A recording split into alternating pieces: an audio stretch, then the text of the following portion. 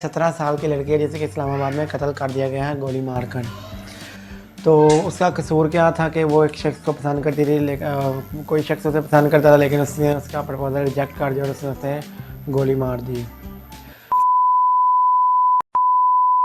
Audio Jungle. अस्सलाम वालेकुम दोस्तों, कैसे हैं आप सभी लोग। उम्मीद करता हूँ कि आप सब लोग ठीक होंगे और खैरियत से होंगे। तो आज की इस वीडियो में आपको यही वाक़या के बारे में बताऊंगा, सना यूसुफ वाले वाक़े के बारे में।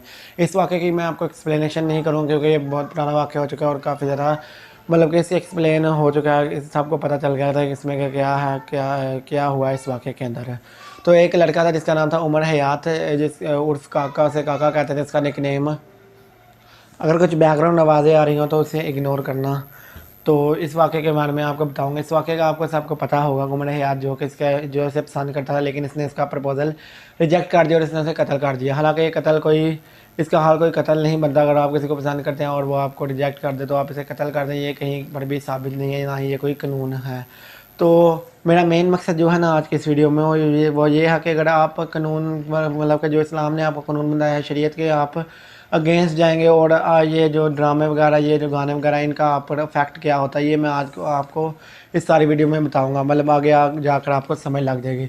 तो जो था वो काका जो मिडिल क्लास फैमिली का एक लड़का था जिसको कि मतलब कि फ्लेक्स करने का बड़ा शौक था, शो ऑफ करने का। सिद्धू मूसेवाले का बड़ा फ़ैन था, उसको अपना उस्ताद मानता था। जैसा कि आजकल 80% यूथ ऐसे ही कर रही है कि सिद्धू मूसेवाले को अपना आइडल मानते हैं और उसके गाने सुनते हैं। तो जब आप गाने सुनते हैं, किसी चीज़ को देखते हैं, तो आप उसी तरह ही बनने का कोशिश करते हैं। हालांकि सिद्धू मूसेवाला जो था वो असल में कोई रियल लाइफ में कोई गैंगस्टर वगैरह नहीं था, लेकिन उसके जो गाने थे ना वो इसी तरह था कि बंदूकें वगैरह और इसी तरह गन्ने वगैरह के शो करवाता था। और वो अपने बदमाशी वाले गाने थे, क्योंकि आजकल की यूथ यही कुछ पसंद करती है और उसने भी वही कोई गाने बनाए थे, तो इसीलिए वो ज़्यादा हिट हुआ था। तो क्या हुआ था कि ये गाने सुन सुनकर इसके दिमाग के ऊपर भी वो भी असर कर गया। तो इसने सोचा कि रियल लाइफ में भी कुछ ऐसा ही होता होगा, तो इसलिए इसने जाकर उसे कत्ल कर डाला, जो कि बिल्कुल ही गलत है। और पहली बात तो मैंने आपको ये बताना कि ये ड्रामा वगैरह का क्या असर होता है। तो मैंने एक मौलवी की बात सुन रहा था, मौलवी साहब की, कि वो कह रहे थे कि मैंने अपने बच्चों को ज़िंदगी में कोई ड्रामा नहीं देखने दिया सिवाय अर्तुगरुल के। मैंने उनको अर्तुगरुल देखने दिया। तो वो कह रहे थे कि अर्तुगरुल का उनके ऊपर ये इफेक्ट पड़ा कि वो जो है अगले दिन जाके हमें कहते हैं कि पापा हमें गोरा ला कर दें, या इस तरह की चीज़ें। मैं ड्रामे नहीं देखता ना, बच्चों को देखने देता हूँ। मैंने उर्तुगल देखने दिया। मेरे बच्चे क्या कर रहे थे जिन दिनों, अब तो वो खत्म हो गया। बच्चियां जो है ना वो हलीमा बनी हुई हैं और वो ऊपर ना वो बना के तलवारें लेके बच्चियां घर में घूम रही होती थी। मैंने कहा ये देखो पूरा माहौल ड्रामे ने चेंज कर दिया। शॉर्ट टर्म में हम बात करें तो इन सब चीज़ों का बहुत ज़्यादा इफेक्ट पड़ता है हमारी सोसाइटी के ऊपर। अगर हम आप देखेंगे नॉर्मल कोई भी औरतें वगैरह डिस्कस कर रही होंगे, बच्चे वगैरह डिस्कस कर रहे होंगे ड्रामा वगैरह का, मतलब कि उनको भी शौक था कि हम उनकी की तरह बने। तो इसी वजह से जो काका था इसे भी इसी तरह का सिद्धू मूसेवाला की तरह बनने का शौक था, इसलिए इसने ये कदम उठाया। लेकिन इसको नहीं था पता कि रियल लाइफ में ये सब कुछ नहीं होता, बल्कि ये सिर्फ एक इमेजिनेशन है और ये गानों की हद तक ही महदूद है। अगर आप रियल लाइफ में ऐसा करेंगे तो आपको कानून पकड़ लेगा, मतलब कि पुलिस वगैरह पकड़ लेगी और ऐसा करना मुमकिन नहीं है। तो इसलिए मैं शॉर्ट करता हूँ कि इन सब को देखना बंद करें, डेली व्लॉगर को, ये बदमाशों को और ये इन तरह की चीज़ों को। हमारी सोसाइटी में ये बहुत ज़्यादा अरूज पर पहुँच चुकी हैं इस तरह की चीज़ें, ड्रामे वगैरह और गाने वगैरह, ये बदमाशी वगैरह।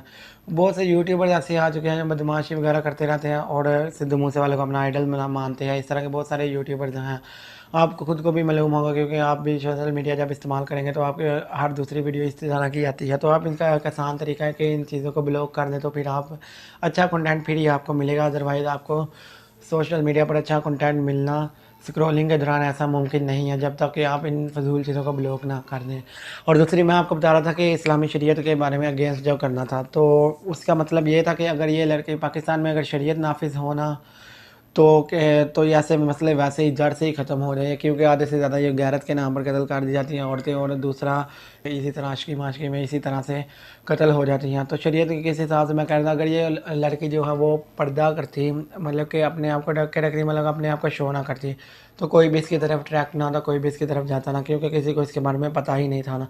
जब खुद को बयान करना कि जी मैं बहुत खूबसूरत है, आओ जी ऐसे तो ऐसे, तो फिर जब खुद दावत देना, तो फिर ऐसा तो होगा जब खुद दावत देंगे।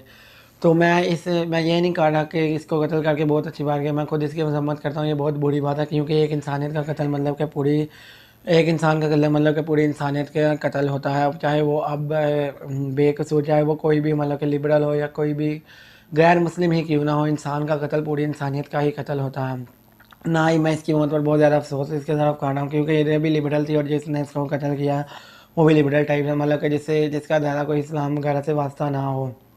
तो यही थी इनकी कहानी। और कुछ लोग जो हैं वो ये कह रहे हैं कि बहुत अच्छा हुआ कि गन साफ़ कर दिया गया है, पाकिस्तान में गन साफ़ होना शुरू हो चुका है। तो मैं आपको ये बताना चाहूँगा, ये गन साफ़ ऐसे नहीं होता, कत्ल किसी चीज़ का भी हल नहीं है। आप समझाएं, जब तक तनकीद करें उसके ऊपर। पाकिस्तान का कानून हमें ये इजाज़त ही नहीं देता कि हम किसी को कत्ल कर दें इस तरह के मामलात के ऊपर, टिकटॉक वगैरह या फिर इस तरह की कोई भी चीज़ के मामलात के ऊपर। हाँ, लेकिन पाकिस्तान हुकूमत को चाहिए कि इस तरह के जो है बेपर्दगी जो भी है इस सब के ऊपर एक कानून नाफिज करे, शरीयत नाफिज करें, जैसा कि ईरान, इराक और दूसरे इसी तरह से कई ममालिक में है, कई इस्लामिक ममालिक में इस तरह का शामिल है, अफ़गानिस्तान में भी। वहाँ पर पेनल्टी होती है, यानी कि फ़ाइन आपको पे करना होता है अगर आप बेपर्दगी करेंगे, यानी कि अगर आप नंगापन करेंगे। नंगापन तो बहुत दूर की बात, अगर आप बेपर्दा बाज़ारों में घूमेंगे तब भी आपके ऊपर $24 से लेकर कई हज़ार डॉलर तक का फ़ाइन होता है, और उसके साथ साथ आपको 6 माह की जेल होती है। और दूसरी तरफ बात यह कि कत्ल तो वहाँ पर भी नहीं है इस सब चीज़ों के, क्योंकि अगर हम बात कर लें वहाँ पर कत्ल, इस सूरत में ईरान में कत्ल होगी औरत कोई, अगर वो मतलब कि सरेआम कोई फहाशी फैलाए तब ही वो जाके कत्ल होगी। लेकिन पाकिस्तान में तो ये सब कुछ आम है, क्योंकि यहाँ पर शरीयत नाफिज नहीं है, और जब तक ये ऐसा ना होगा तो यहाँ पर तरक्की की उम्मीद भी फजूल है, यहाँ पर तरक्की नहीं हो सकती। तो मैं उम्मीद करता हूँ मेरी आज की वीडियो आपको अच्छी लगी, अगर अच्छी लगी तो लाइक लाजमी कर देना और मेरे चैनल को सब्सक्राइब भी लाजमी कर देना। मिलेंगे इंशाल्लाह किसी और वीडियो में, अब तक के लिए नहीं, अल्लाह हाफिज़।